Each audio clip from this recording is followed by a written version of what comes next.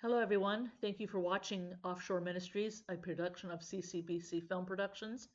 I appreciate you taking the time to listen to this podcast as I talk about how God turned my life around in the darkest of times. And let me tell you, it is an amazing story.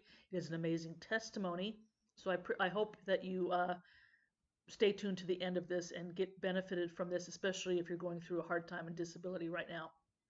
Please watch while I'm talking. Please enjoy these videos of when I was in flight school, which I hope to hopefully go back to someday, but if the Lord be willing. To make a long story short, to back up a little bit, you have to understand that I got saved back in the early 80s. I worked in the church for many years, and after my divorce of 10 years, I backslid for a long time. Finally came to my senses, asked the Lord for forgiveness, and sinned no more, which I did. And he's back in my life, and he's been back in my life for quite some time. I was just too stupid or naive to know it, because Jesus says, I will never leave you or forsake you. So let's go to 2016 when all this started.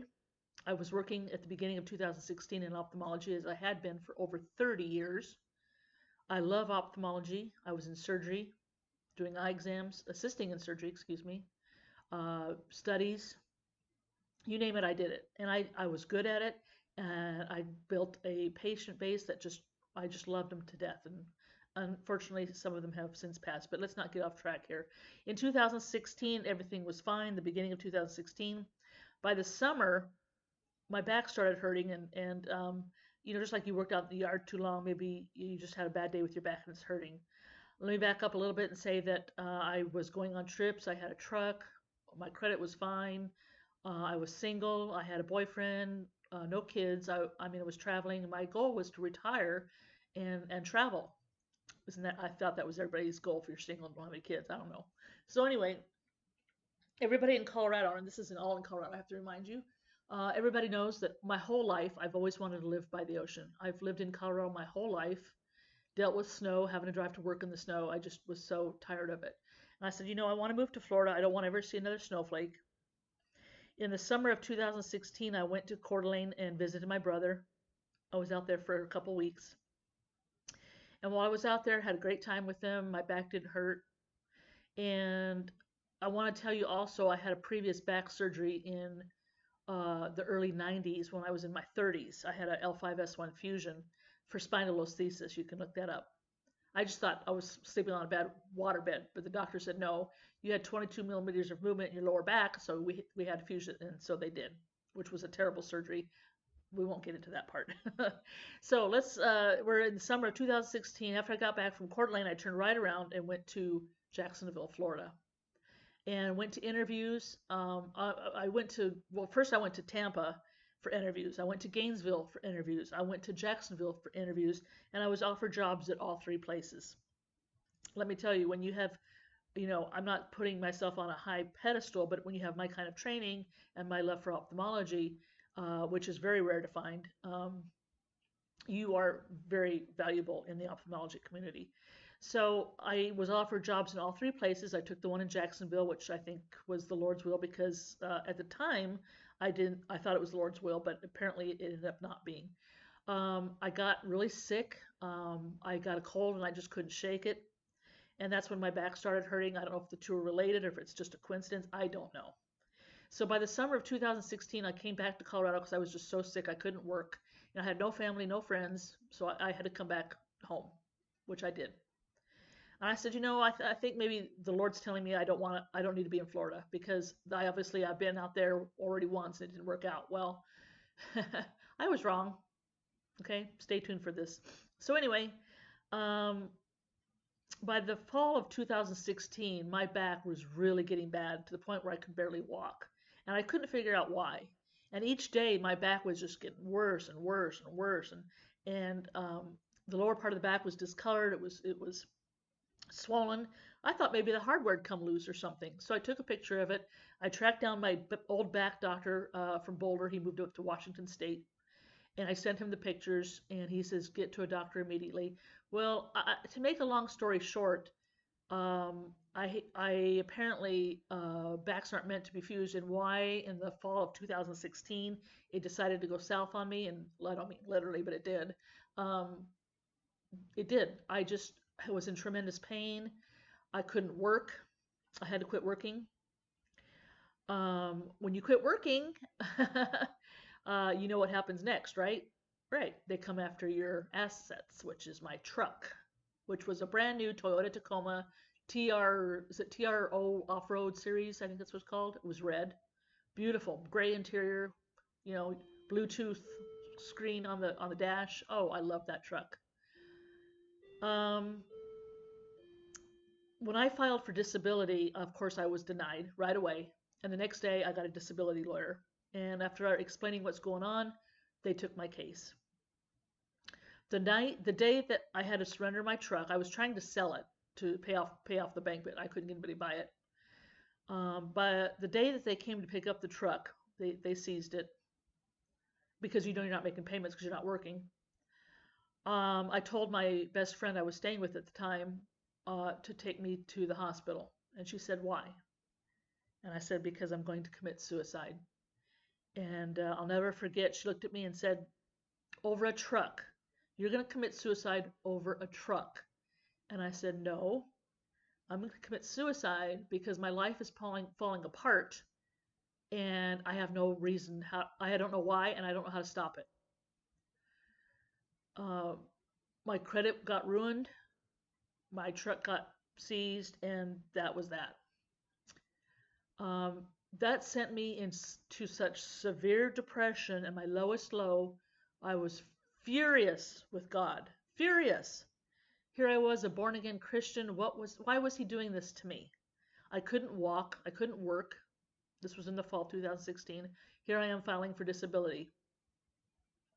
I don't know if some of you know that when you file for disability, you don't get paid a lot of money. You're paid $150 a month at the time. That's it. So when you go from a salary of some pretty good money down to $150 a month, well, you had to. I can't even explain it, folks. It was a nightmare, a living nightmare. You took for granted, you know, if people would have said back to them, if you wanted to go out to a really nice dinner and spend $150, $200 for a nice dinner, I wouldn't bat an eyelash back then. But after my disability started, I couldn't afford to take you to McDonald's on the dollar menu. That's how bad it was. For 4 months in the fall of 2016 to January of 2017, I sat in my room. I looked at the wall.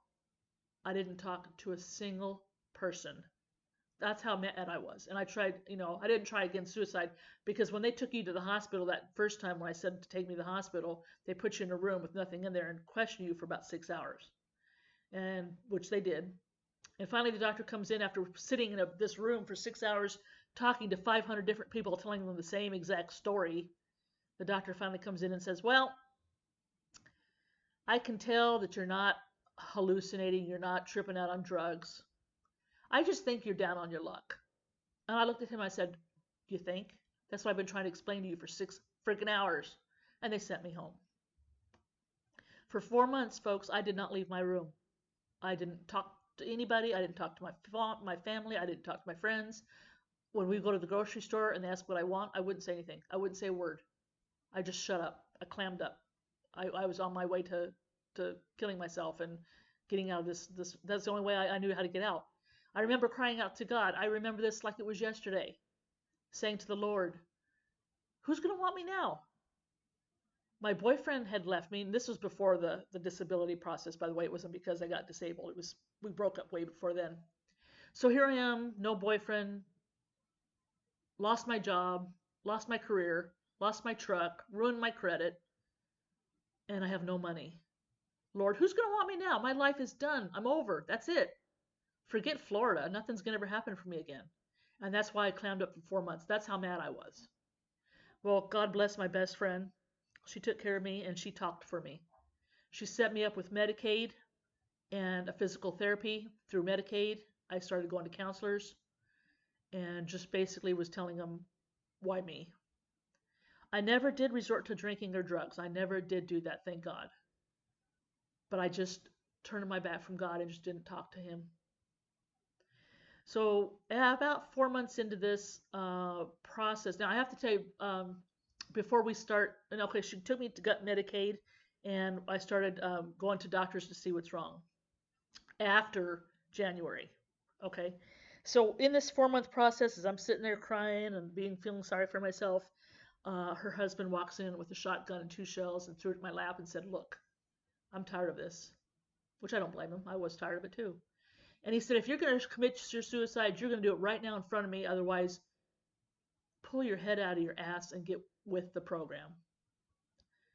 And I took that shotgun and I took those shells, people, and I was still crying, obviously, and I was shaking. Tears and snot was running down my face onto the gun. And I just looked at him and I was shaking and I looked at the gun, I looked at the shotgun shells. I'm thinking, well, okay,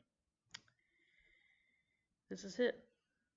And I looked at him, I was shaking, I looked up at him and I just saw his face and I gave him back the shotgun and the shells and I said, "You're right. I'm not going to do it.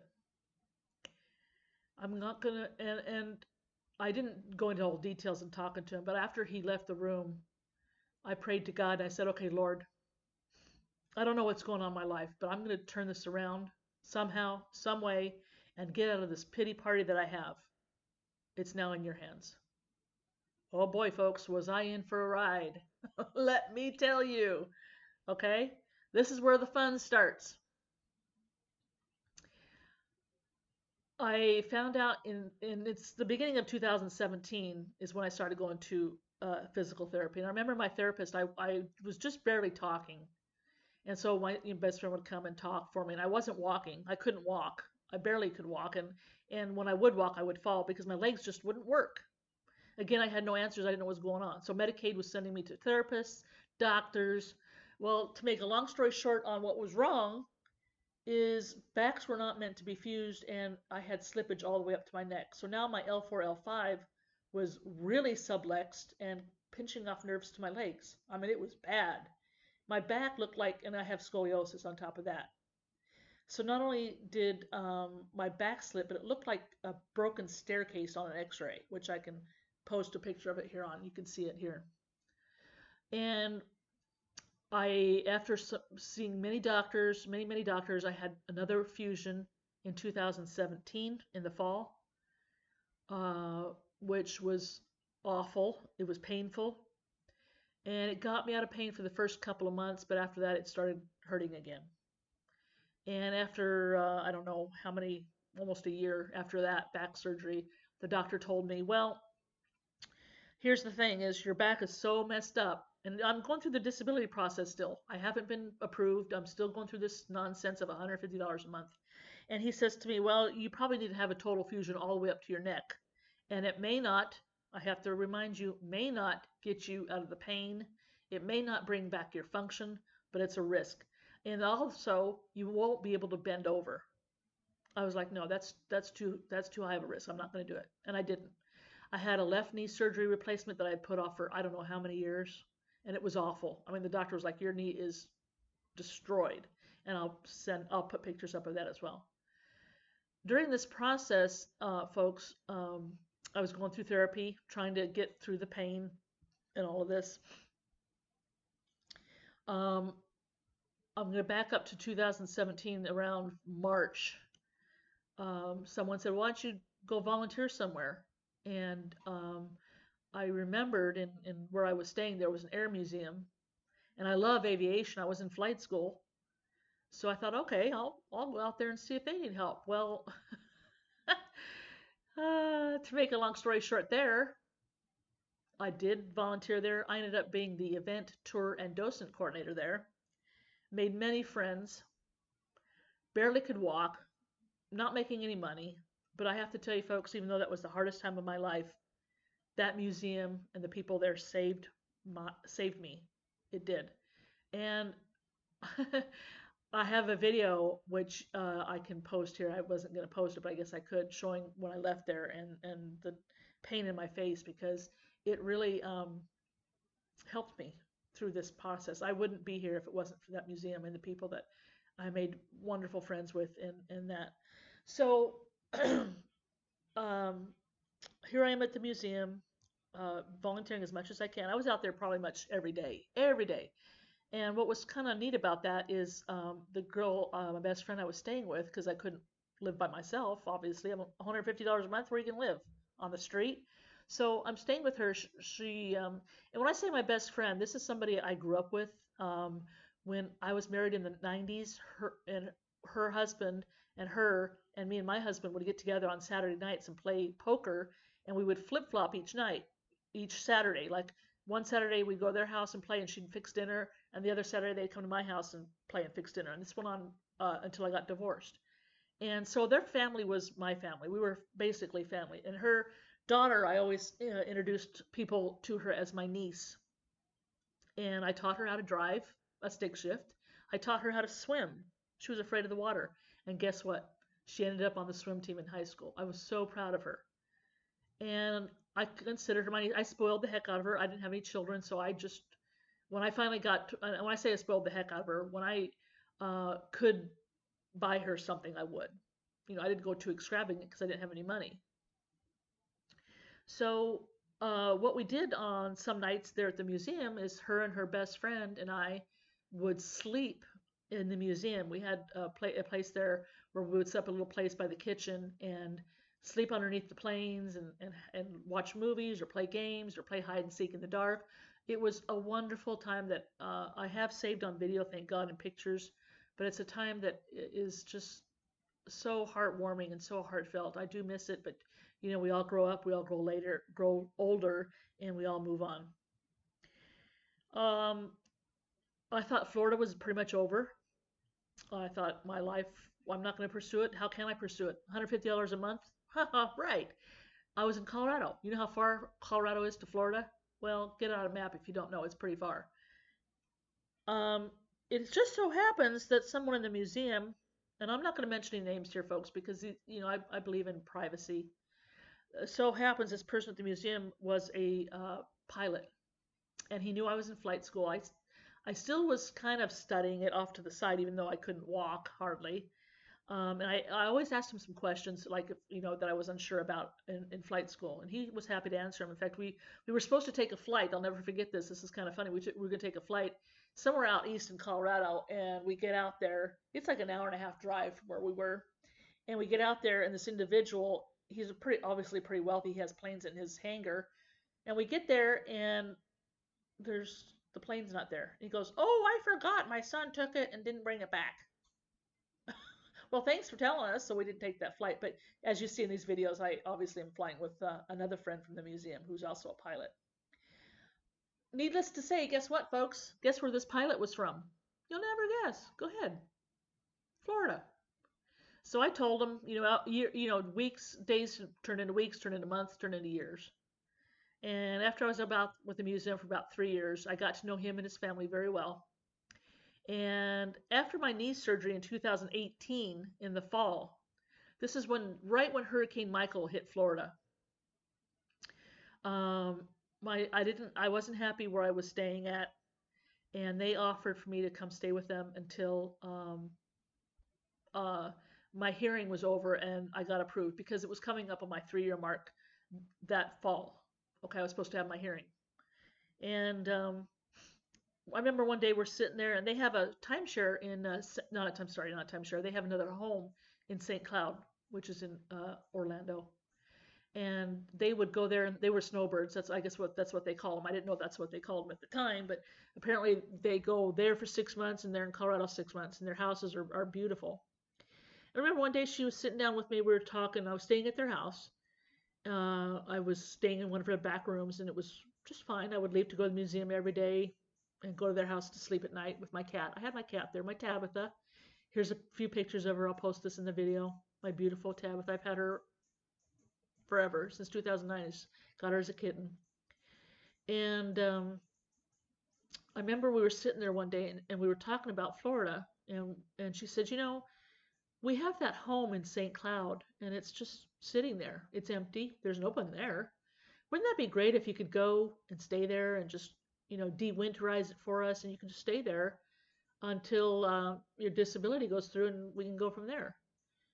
I said, yeah, thank you. That would be wonderful, but we didn't know how to get me out there.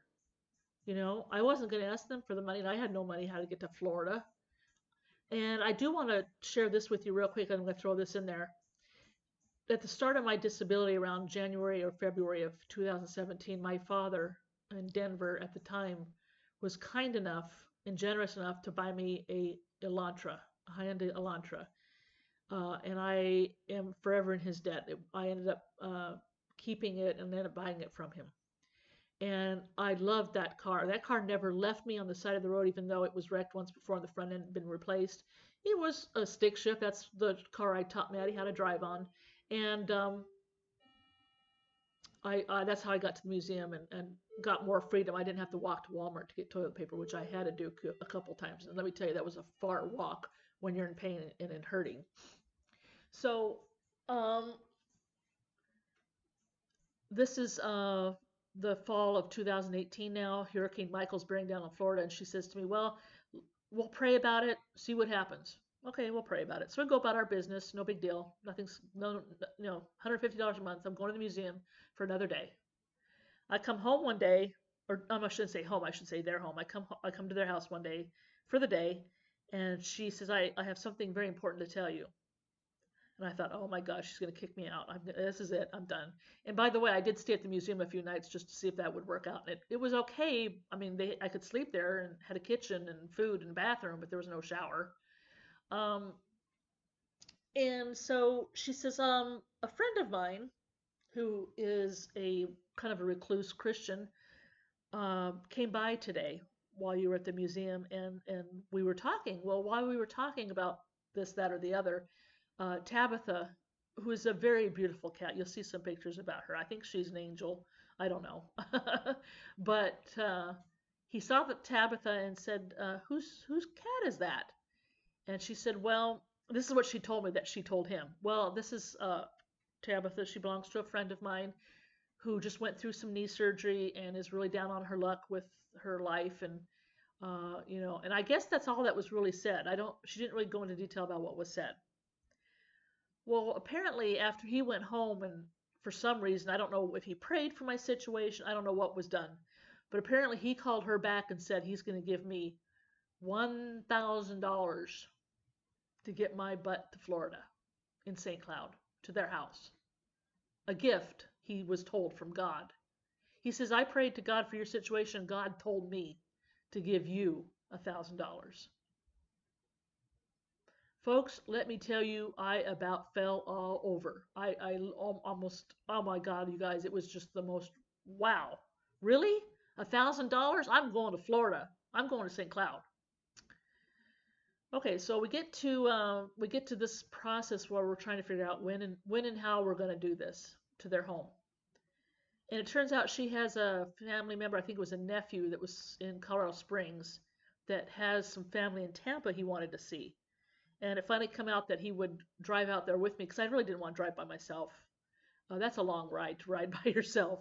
And he was going to drive out there with me, stay a day or two in St. Cloud, and then go visit his family in Tampa and then fly back to Colorado Springs. And that's what happened.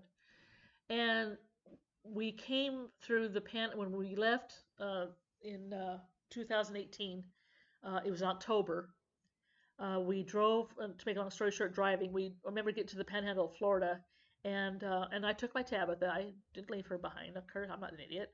And so I have lived in Colorado all my life. I've never seen hurricane damage except on TV.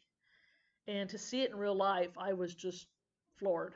I had never seen that kind of destruction with my own eyes before. Well, we ended up in St. Cloud. We ended up staying there and de-winterized the house. We took all the little covers off the windows and hooked up the heater, hooked up everything that needs to be done, and that was that. Got groceries, and I wasn't familiar with the area at all. I didn't know a single soul, nobody. I didn't have any friends. I didn't have any family out there. Only I knew was the person that brought with me was my nephew, and I knew the people that owned the house, but they were still in Colorado. So we were going to the beach, and I didn't know how to get there. I knew it was a little bit away because it was about 45 minutes. And so we were taking the beach line and a couple of toll roads to the beach. And I remember thinking to myself, my God, I'm going to be broke if I'm going to go to the beach all the time. And I would remind you here, folks, I'm still only making $150 a month on my disability. I'm still not approved for my disability. So money was still tight. I was trying to hold on to that $1,000 as much as I could to get by until I got approved, which was coming up any day soon, my hearing.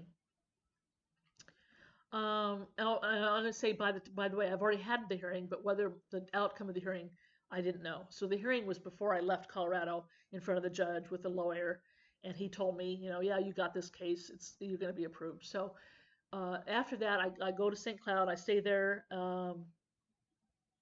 until my approval. I basically just kind of got familiar with the area, and I eventually found 192 that was right off of Narcoossee Road in St. Cloud, and that is no toll all the way to the beach. So that's when I was starting to go to the beach all the time. That's the way I went. I said, the heck with the toll roads, I'll go this way. Well, going this way brought me through Melbourne, Florida, which I really, really loved. If I wanted to do business and if I want to do something, I went to Melbourne. If I wanted to go to the beach, I went through Melbourne. Now, I didn't know where to go to the beach. I didn't know where to go. So I thought, well, I went to Cocoa Beach and you had to pay for parking, which I couldn't afford. And I thought to myself, do I have to pay for parking every time I go to the beach when I go to the beach if I'm going to live here? I didn't know there was beaches further down that had no that had parking that you didn't have to pay. I didn't know that at the time because I didn't know anybody that lived there. I was not familiar with the area. So I just kind of made myself busy by doing odd things, and I told the museum I would work from St. Cloud doing things, paperwork for them, which I did. I brought all my books and stuff, and um, it was about December 2018 I got approved and I got my settlement, and that was in January of 2019. And I sat there with this money and I thought, thank you, Lord. I'm in Florida with this money. Now, what do I do with it? Do I put money down on a home? And hopefully, how am I going to afford the home? With my payment, I was told how much I'm going to get per month. Am I going to be able to afford this home on my limited income? Probably not. I don't want to pay a lot of money on deposits and all this and all that and all that and this. If it's, I just had options. I wasn't sure where to go. And none of the options seemed to appeal for me. I was just scared to death to go out on my own with this money.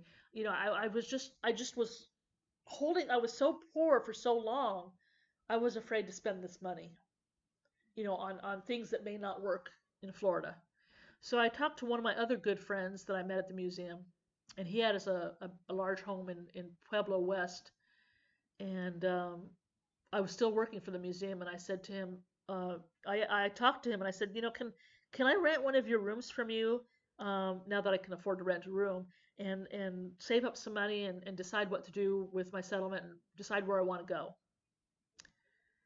He said, sure, I'd love to have you and Tabitha here, because he just loved my cat and we were very good friends.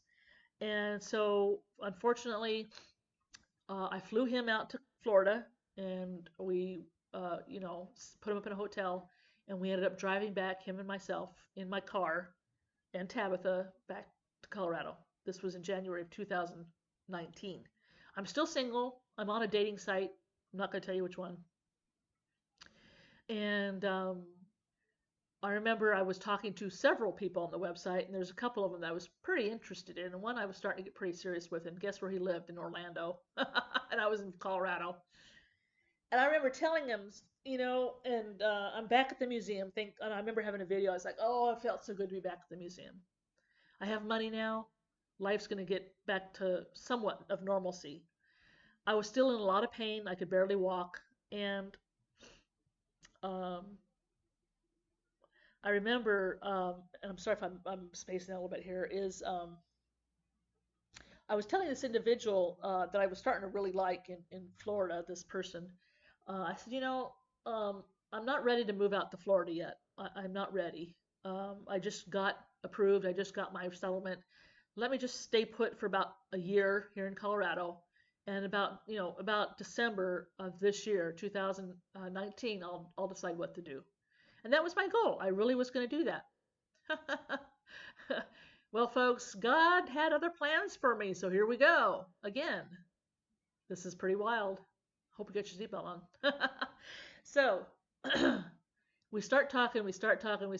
He convinces me somehow, don't ask me how, I don't remember, to come back out to Florida in June to see if I can find a place to live. He would help me try and find a place to live. And I was like, well, I don't really want to live in Orlando. I'd rather live closer to the ocean. He's like, oh, okay. So I decided to find a room for rent in Melbourne area because that's where I wanted to live. So I get on Craigslist and I start calling around and I found a house with a room for rent in Melbourne, Palm Bay. And I told them I wanted to come to Colorado and they said, "Really? We're going to move to Colorado." Well, when somebody says that to you and you're in Colorado, well, of course you're going to start talking. And to make a long story short, she ended up taking my offer, and in June of 2019, um, drove to Florida, and I was by myself this time. I didn't come but nobody came with me. I went by myself. And when I got to Melbourne, I was in this room for rent, and I was starting to text and really get to know this other person. I was starting to get more interested in because this other person I got less interested in that lived in Orlando. I just was not interested in him at all. He just turned out to be a real bore, you know. So I was talking to this other individual who I was really starting to like, and while I was still in Melbourne, in Palm Bay, in that house for rent, we finally decided to meet at Long Doggers in Cocoa. I think it was in Cocoa. Yeah, it's in Cocoa, between the Cocoa and Indy Atlantic on A1A. I'm sorry, US1. I always get those. No, it's A1A. Sorry, I always get those two mixed up. Uh, Folks, that was our very first date, and I'll never forget it. And guess what? I don't know quite how to say this, but we ended up dating, and we've been together ever since. And we finally got a place to live together in Melbourne. I live within 5 miles of the beach, and our house is beautiful.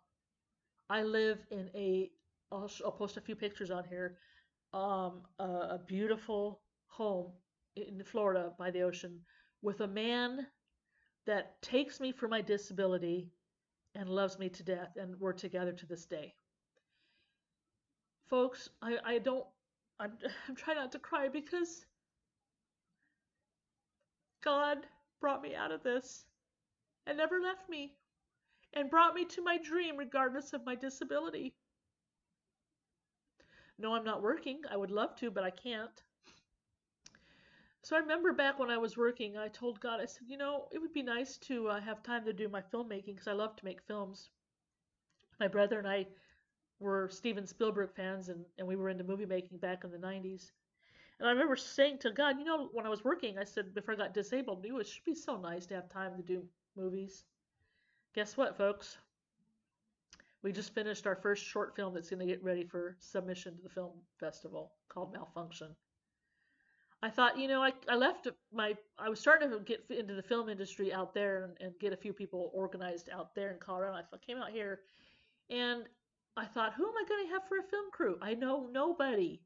I know the person I'm talking to that I dated, I ended up dating, but I've only known him a few months. I know nobody here. I know nobody, folks. I mean, I don't have any other friends out here. I have no family. Excuse me, folks. I'm going to have to pause this. Okay, folks, I'm sorry about that. That was actually my sweetheart calling me, telling me he made it to work.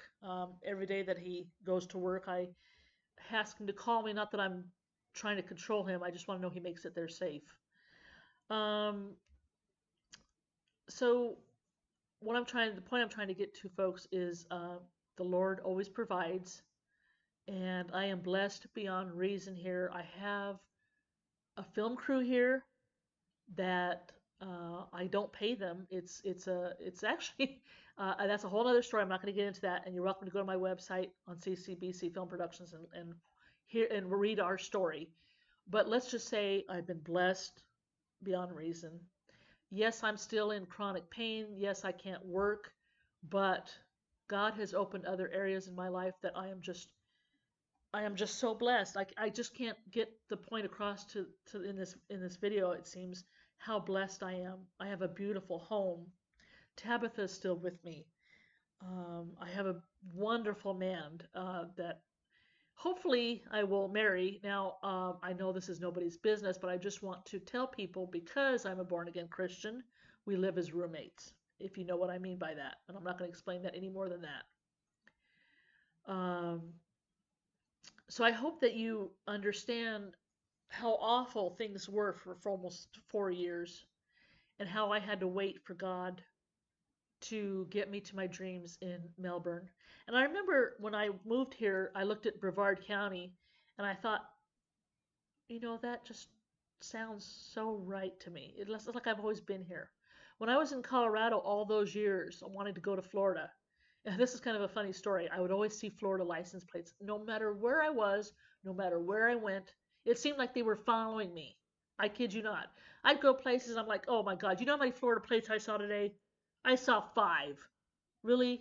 And then I'd get mad at God because I'd be like, well, Lord, why are you showing me all, not, folks, I know the Lord wasn't showing me these color plates. They're a coincidence, but it was still like a dagger in the back of your head going, ha, ha, ha, you can't go to Florida. Your dreams of going to Florida are gone. I remember asking my father, and excuse me, Dad, if I share this with the public, but this is kind of part of the story. We were at a restaurant in Colorado during my disability process, during the lowest of my lows, and of course he paid for dinner. We were sitting there talking, and I said, Dad, and I love my dad to death. Unfortunately, I did lose my stepfather back in November, and I'm really very still upset about that. Um, uh, he didn't. I can't go into that right now. He just know I lost a very dear family member. But my dad, I always valued his opinion. I always looked up to him, admired him, and I still do to this day. Dad, I love you so very much. But anyway, I remember sitting at the table one day with him in this restaurant, and I said, Dad, and I was serious. I looked him right in the eye. I said, Dad, do you think I'll ever make it to Florida and live by the ocean? And he kind of paused, and he saw the pain in my eyes, and he said, No. He wasn't crying. I wasn't crying. I'm just crying now because it just was very touching in a bad way at the time. He said to me, No, you can't. You won't live in Florida. I said, Why? And he said, Because you will never be able to afford it. Folks, that hit my heart like daggers because I worked in ophthalmology over 30 years, so I can afford it. So to hear these words come from my father that you will never be able to live by the ocean because you can't afford it. Well, when you're depressed, okay, and your life is pretty much still in shambles. At this point, I still didn't have my hearing. Well, yeah, that really, I'm sorry, it's a testimony, but it really hurt. And guess what, folks? I live within 5 miles of the beach. Would I love to live closer? Yeah, I would, but right now is fine for the moment. So to make a long story short on all this, folks, is my disability happened. I went through it. I didn't resort to drugs, thank God, or drinking. I somehow sat it through with the help of family and friends. And folks, that's what we're here on this earth for, is to help each other. And I try and help each other more than I can in my means, financial and support to anybody that asks. Recently, I had a family member ask if they could come out here uh, and stay with me and move to Florida so they can get their dreams here in Florida. And I said, sure, come on out here. Get a job, which, they said, sure. And they backed out for some reason. They never told me why, but I guess it just wasn't God's will. But here I am in Florida, less than 5 miles from the beach, a beautiful home, a wonderful man. And Lord, thank you, Jesus. Thank you, Jesus. Folks, when things get to your lowest low, don't commit suicide. Don't drink. I'm sorry for the text. And don't do drugs for comfort because it's going to spiral you down to a hole that you may not crawl out of. Look to the Lord And the answers will come. Trust me, for 4 years, I was pissed. I was still mad at God. Why? Why? Why? Why? Why? Why? Why? Why are you doing this to me? Guess what? To mold you into a person that's going to live for the Lord and appreciate what you have now. I did appreciate it before, but obviously, as I look back on the videos, which I'm not going to share with you because they are kind of too much and kind of some of them are ridiculous, that I wasn't grateful enough. I still was mad at situations that I shouldn't be mad at. I was a very compassionate person before, but now I'll tell you what. There's nobody that's more compassionate about people and their lives than I am now because of what happened to me. I don't know what's going to happen in the near future or the long future. I don't know what's going to happen, folks. I'm sorry that my phone's going off. I just know that I'm blessed. I just will wait on the Lord and see what happens. Right now, what I'm trying to do is do our second film and get a home business going and try and rebuild a family, which right now is just my sweetheart and Tabitha and his dog. My friends from the film business. I have made some good friends out here through the film business, and if you're listening, guys, you know who you are, and I love you to death. Thank you for being with me on my side at the film industry. Um, I've managed to keep in touch and stay friends with a lot of people at the museum, and I miss it tremendously, folks. There's videos I'll watch on museum life or things I've done there, and I love it. But I can't be in two places at once. I did ask the president if he'd move the museum out here, but he didn't. I was thinking to go and volunteer at the Warbirds Museum in Titusville, but it's too far to drive from here in Melbourne. It's pretty far. Um, so here I am, folks. Please leave any comments or if you have a prayer request, if you just need to talk to someone, please let me know and I'll tell you. We'll figure out a way to get a hold of each other and I can pray with you or for you. But just know that the Lord has your back and it will work out for the better. And thank you, Jesus, for this revelation. Thank you for my beautiful home, my beautiful life here in Florida. And by the way, I did have another surgery. I had a foot surgery in last year and I gained a lot of weight. That's why I'm not on the video because I'm kind of embarrassed about how I look because this really took a toll on me, folks. I am at my heaviest. I've never weighed this much before, so I'm kind of dealing with other parts of depression now because of my weight gain. But the Lord will heal me of that too eventually. I know He will. So enough talking for the day. I hope this blesses you, and please look to the Lord. May God bless you in all that you do and all that you go, and just pray on the Lord and stand firm in that faith, folks, because He will not leave you or forsake you. He obviously didn't for me. Thank you for listening, and God bless, and we'll see you soon.